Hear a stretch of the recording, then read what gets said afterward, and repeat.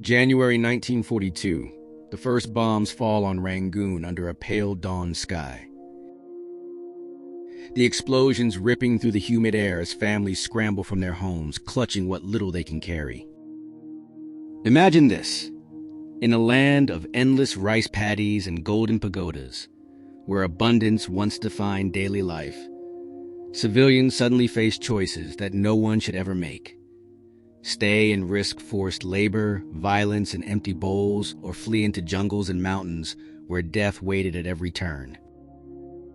Did you know that during the Japanese occupation of Burma from 1942 to 1945, an estimated 170,000 to 250,000 civilians perished, many not from bullets alone, but from the slow, grinding cruelty of starvation, disease, and displacement?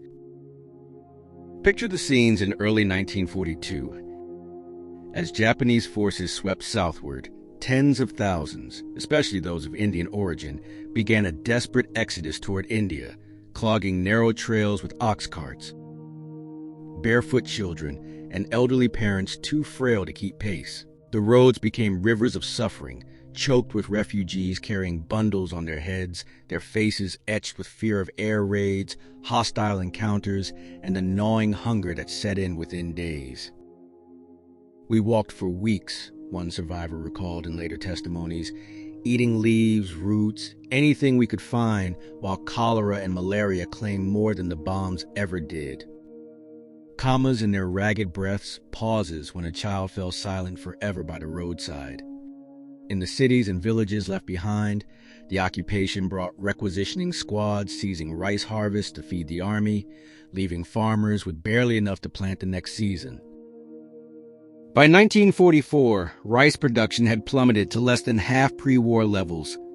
Fields lay fallow or destroyed, and inflation from occupation currency wiped out savings. Families boiled grass, foraged for wild tubers, or traded heirlooms for scraps on black markets that grew riskier by the day. Children grew thin, their bellies swollen from kwashiorkor, while mothers watched helplessly as infants weakened without milk. Displacement was not a one-time event. Fighting shifted back and forth across the country, forcing repeated flights, north to the hills, east across rivers, or hiding in bamboo groves as artillery thundered. In rural areas, villagers faced conscription for labor gangs building roads and the infamous Burma-Thailand Railway, where malnutrition and tropical diseases killed tens of thousands of Burmese workers alongside POWs. The air carried the stench of unburied dead, mingled with the smoke of burning villages caught in reprisals or scorched earth retreats. Heroism flickered in quiet ways, neighbors sharing a single pot of thin gruel, families hiding the vulnerable from patrols, or villagers risking everything to smuggle food past checkpoints. Yet the scale overwhelmed. Refugee columns stretched for miles, bodies left where they fell, the monsoon rains turning paths to mud that swallowed the weak. "How many more days can we go without rice?" a father might whisper to his wife, dividing a handful of boiled roots among their children under a dripping banana leaf shelter. The occupation turned Burma's fertile heart into a landscape of scarcity, where the promise of Asia for Asians rang hollow against the reality of exploitation and chaos. Civilians bore the brunt, their lives reduced to survival's raw edge, fleeing bombs, dodging forced labor, scavenging for sustenance in a land that once fed millions. This was no isolated tragedy. It was the hidden cost of a theater of war often overshadowed by larger battles, where ordinary people endured man-made deprivation on a massive scale. As the jungle closed in and the rains poured, hope dimmed like the flickering oil lamps in abandoned homes, leaving only the will to endure another dawn. The hardships faced by Burmese civilians during the Japanese occupation hold profound importance, because they reveal how occupation policies and prolonged military campaigns could devastate non-combatant populations, disrupting agriculture, forcing mass movements, and creating conditions of widespread hunger that claimed far more lives than direct combat in some estimates. This period contributed to long-term social, economic, and demographic scars in Burma, influencing post-war independence struggles and ethnic tensions that persist in modern Myanmar. To grasp its depth, consider the historical context leading into and through the occupation. In the late 1930s and early 1940s, Burma, then a British colony, was strategically vital as a gateway to India and a supply route to China via the Burma Road. Tensions rose as Japan expanded in Asia, seeking resources like oil and rubber to fuel its war machine. December 1941 brought the Pacific War's eruption. Japanese air raids on Rangoon began late that month, targeting ports and infrastructure. By January 1942, ground invasion commenced from Thailand, with Japanese forces advancing rapidly against underprepared British Indian defenses. The campaign unfolded in brutal terrain, jungles, rivers, mountains under monsoon rains, and amid tropical diseases. As Japanese troops pushed north, British authorities adopted scorched earth tactics, destroying oil fields, bridges, and supplies to deny them to the enemy. But this devastated local infrastructure and agriculture. Rangoon fell in March 1942. By May, Japanese control extended over most of Burma. In the chaos of retreat, a massive refugee flow erupted, primarily Indian, Anglo-Indian, and Anglo-Burmese civilians, fearing reprisals from both advancing Japanese and some local nationalist elements. At least 500,000 reached India, but estimates suggest 10,000 to 50,000 died en route from exhaustion, starvation, disease outbreaks like cholera and malaria, and attacks along the way. The trails were littered with the fallen, accounts from the time describe, underscoring the humanitarian scale. Commas in the endless footsteps, pauses when groups halted to bury their dead. The Japanese established the state of Burma in 1943 under nominal independence with leader Ba Maw and the Burma National Army, led by Aung San. But real power remained with the occupiers. Promises of liberation gave way to exploitation. Rice and other resources were requisitioned for the military. Forced labor conscripted thousands for projects including the Death Railway, where Burmese civilians suffered alongside POWs, and economic controls led to inflation and shortages. Agricultural output collapsed. Rice production dropped sharply due to requisitioning, labor disruptions, and damaged fields, triggering hunger in urban and rural areas alike. Civilians endured requisitions that left villages with minimal food, while black markets flourished at exorbitant prices. Disease spread unchecked without medical supplies, and displacement continued as fighting intensified in 1944 to 1945 during Allied counteroffensives at Imphal Kohima and the reconquest of Burma. Communities fled repeatedly, hiding in hills or crossing borders.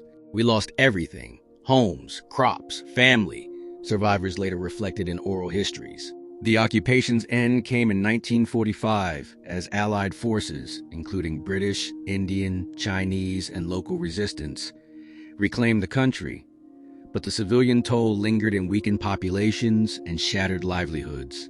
This backdrop set the stage for the prolonged civilian ordeal, where displacement and food scarcity became enduring features of life under occupation, illustrating war's toll on those caught between empires. March 1942, the monsoon season approaches, and the initial wave of Japanese control solidifies across Burma, turning fertile fields into zones of requisition and fear. As Japanese forces consolidated power after capturing Rangoon in early March, the displacement that had begun with the invasion escalated into mass movements. Hundreds of thousands, particularly Indian-origin civilians, Anglo-Indians, and others perceived as loyal to the British, fled northward toward the Indian border. Columns of refugees stretched along primitive trails, ox carts creaking under makeshift loads, children clinging to mothers' saris, elderly struggling to keep pace. The journey, often hundreds of miles through jungles and hills, became a gauntlet of starvation, cholera outbreaks, malaria, and exhaustion. Estimates suggest 500,000 reached India, but 10,000 to 50,000 perished along the way. Bodies left by roadsides or in shallow graves dug with bare hands. "We walked day and night," one refugee account later described, "eating whatever leaves or roots we could find, while sickness took my sister before we even crossed the mountains." Commas in the weary footsteps, pauses when a family member collapsed, never to rise. In villages and towns left behind, Japanese authorities imposed rice requisitioning to feed their troops and support the war effort.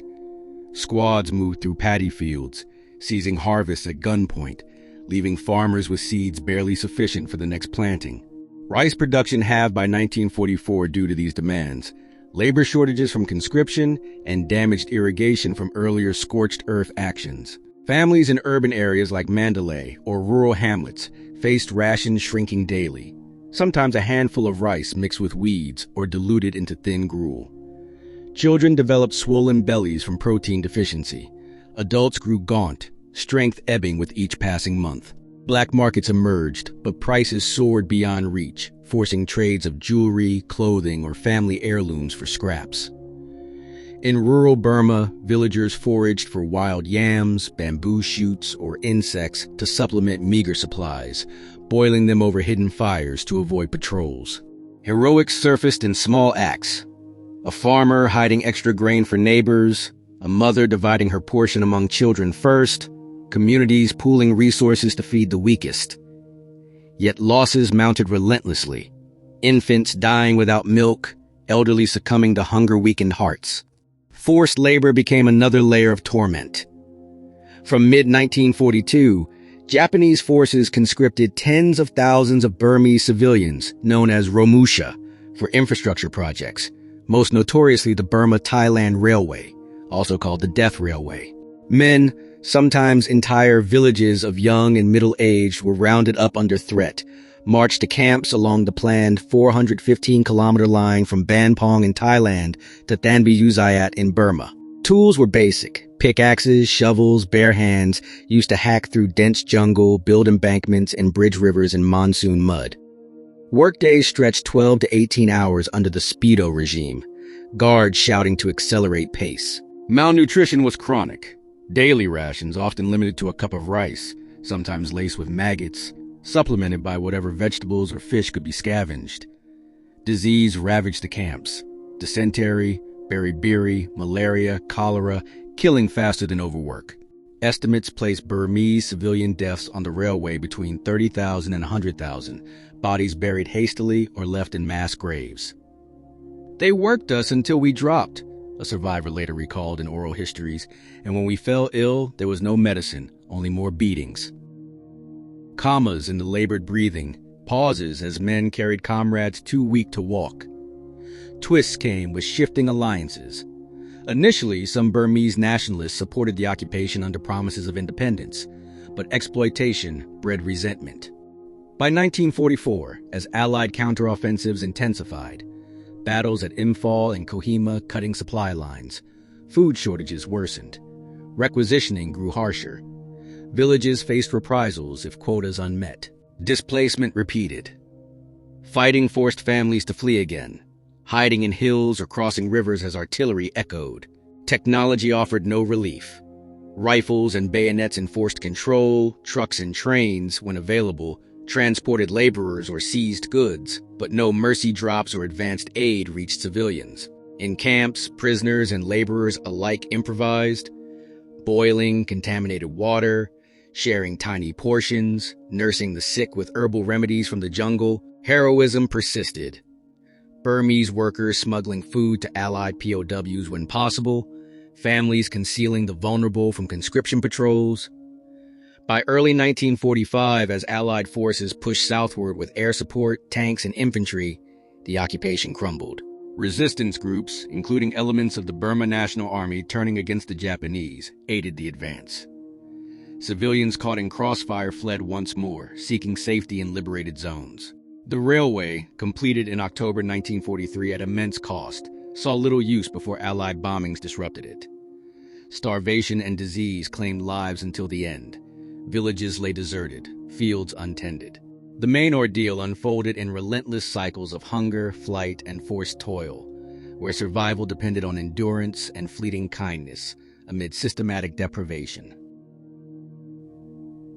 Early 1945 brought the turning point as Allied forces, British, Indian, Chinese, and local resistance, launched major offensives to retake Burma. The battles of Imphal and Kohima in mid-1944 had already severed key Japanese supply routes, but the full reconquest accelerated in January 1945 with advances down the Irrawaddy Valley. Civilians, weakened by years of shortages, faced renewed chaos, artillery barrages, air raids, and shifting front lines forcing last-minute flights to safer areas. In March, Mandalay fell after intense street fighting. Rangoon was recaptured in May via amphibious assault.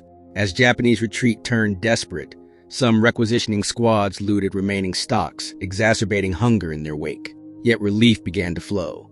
Allied authorities reopened supply lines, distributing rice and medical aid through military convoys and airdrops where roads remained impassable. Local resistance networks, having turned against the occupiers, guided convoys and shared hidden food caches with starving communities.